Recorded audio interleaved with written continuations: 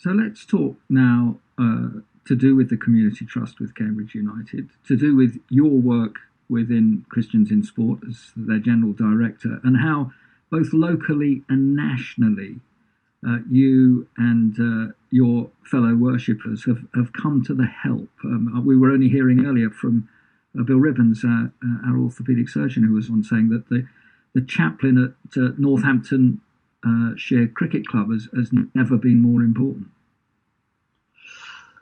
Yeah, well, on that level, so many professional clubs, indeed not professional clubs, have a resident chaplain, and I think there's a dynamic to that which is pastoral and caring, and I think that's one angle on this. There's a second and complementary angle where over the last 5 or 6 weeks we'll engage elite players, so track and field on the Diamond League, the golf tours, soccer obviously, rugby, tennis, cricket. So it's almost peer mentoring. So it's not so much that you're in some way being pastoral or looking after somebody's well-being oneself, but it's peer groups of elite sports people who meet together. And we've done that for some years, but generally it happens, if you're at the World Championships in Doha or you're in Manchester and people meet up every now and again who are Christians involved in sport. And what's changed in the last 6 weeks? And I've been in this for 30 years. I've never seen anything like it. I've never known a time in professional sport where nobody has anything to do whatsoever in sport. So we've seen ridiculous, like an 800% growth in, let's pick football coaches from this country saying, let's meet once a week on Zoom and let's catch up thinking about life, sport, family, an eclectic range of conversation, but predicated, I suppose, on the fact that there's a common belief in God who gave you the gifts to play or coach. So I must say, it's been very interesting to watch peer support going on across professional sport in a way I've never seen it before. And how has that helped within football? I know from different faiths, and Christianity being one of them, for many of the players that have come in from other countries too, that are perhaps on their own here at the moment, feeling slightly isolated. Well, yeah, I mean, that's been a significant phenomenon, and I can think of a number of players who are in that very position. I think what it's done in the last 6 weeks, at first it wasn't fun because it's a pretty serious situation. But, the Instagram toilet roll juggle challenge and all that, that was a bit of a light side to a dark period for 2 or 3 weeks. But now I think there is genuine loneliness and genuine fear in the way that Danny was indicating in a slightly different dynamic. There's genuine fear that your career could be finished. So let's switch sports. Let's think of the World Tennis Association, the global tour, or track and field. If you're in the top 8 in the world in track and field, other than your superstar events, pole vaulting, for example, average, if you're picking up $60,000-$70,000 a year, American dollars, you're doing well, but you pay a cost from that, and you're a superstar. Now, all these athletes now are thinking, where's my contract gone? Not the low-level athletes. I mean, the top ones in some sports. So there's a genuine and correct fear that the future is very, very risky in elite sport, way beyond football, which is a relatively wealthy sport. So it's not so much self-pity for these athletes, because you've got to be robust. Obviously, to be a top-level athlete, you've got to be tough. It's the peer support that I think that I've never seen before, and genuine empathy for each other's situations without being weepy about it, really.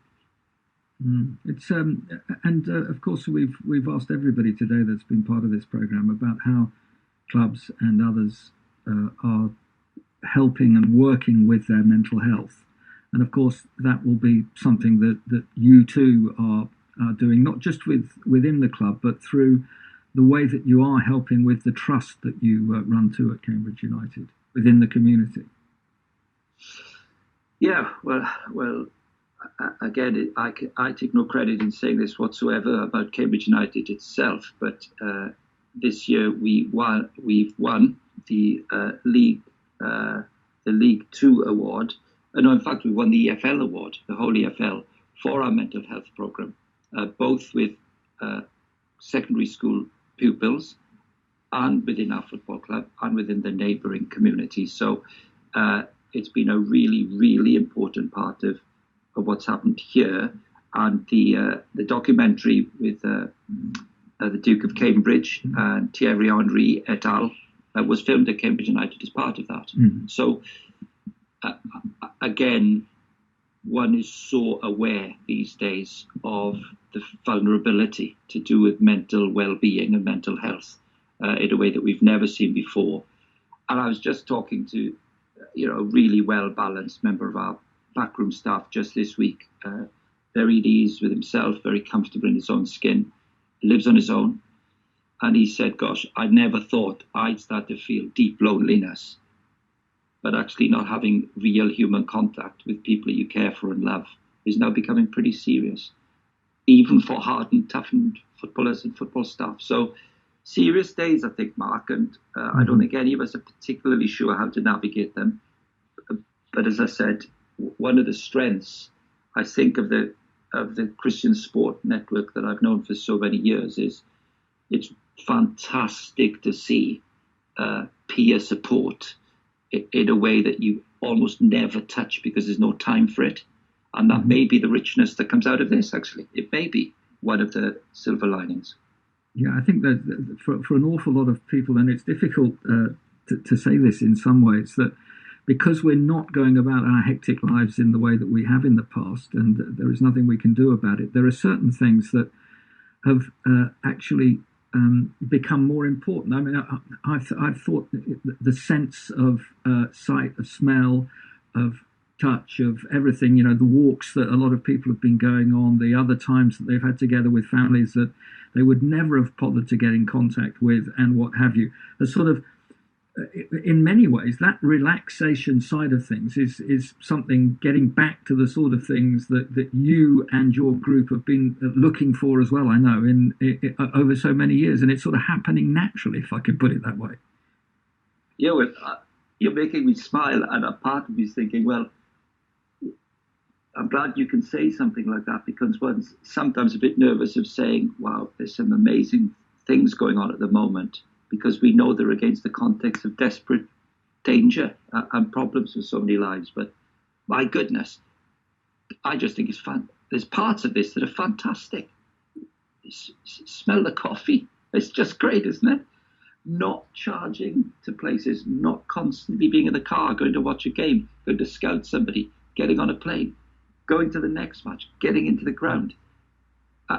That's the standard conversation in these kind of Christians in Sport network calls. I mean, if you have an hour together, you know what we've done, Mark? We've said, if people come in from tennis or hockey or cricket or soccer, we just say, look, get there for 9:30. We'll open Zoom. We'll stick you in a room to have a catch up with your mates. We'll meet together from 10 till 11:15. Then we're done, if you've got to get back to things at the club. But if you want to stay on, we'll just stick you into breakout rooms. And people are just stopping to talk about life, the universe, everything, down to looking after their kids at home. Now, when does that ever happen in a typical season? I've never known it. So in some ways, it's so humanizing. It's great. But of course, it'll soon be back to the old way. It just will. It will be. But we've talked, Mark, haven't we, about community values and how communities have come together, and how even when you go for a walk, how people acknowledge each other. Something that would never have happened before this pandemic. You walk down the road and people will say good morning or good afternoon, good evening, whatever time you're going for your walk. It never would have happened before. Never. It has changed dramatically. Ray, you're making me laugh now, because when I first came to Cambridge, I come from Wales, as you might guess. I would guess that, yeah. I was 21 years of age, and I went to live in a little village called Cherry Hinton. It was my first week in Cambridge, and I'd never left Wales. I came to play, and my first day after training on Monday, I walked down the street to get a newspaper, and I said hello to somebody. I said hello. And this person looked at me like I was a nutter. And then I saw the next person. I thought, well, it's all you'd ever done, right? So I said, afternoon. blanked me completely. I thought, I'm not doing that again. They think I'm a nutter. 30 years later, started to happen again. Started to happen again. Yeah. People talking to each other in the street. It's great. See, it's great. It's even changing the southeast. Yeah. Just one final thing with that within the dressing room, as well as you mentioned when you were playing and Cambridge United were on was John Doherty the manager then? Was it? I can't. Manager then, or a few inevitably, Ken Shellittle, John Doherty, John Ryan. And all of those, and some of the players, and you had a little unit with you. I mean, Alan Comfort, who's now a vicar, was part of the dressing room then, wasn't he? Yeah, it was. Roy McDonough, when he wrote his book Red Card Roy, absolutely battered one or two of us for daring to have an alternative belief to his. As it is with football. So obviously, whether on clobber, you get battered. You try being a Christian in 1984, you get absolutely boshed.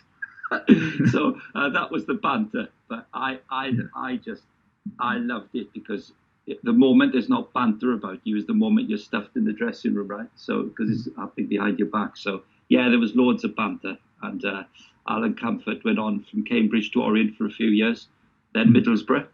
And ended up as a clergyman. Yeah, he did. And tough days because we got relegated a couple of times in that period. But my goodness, you wouldn't swap what you learned from it for the world.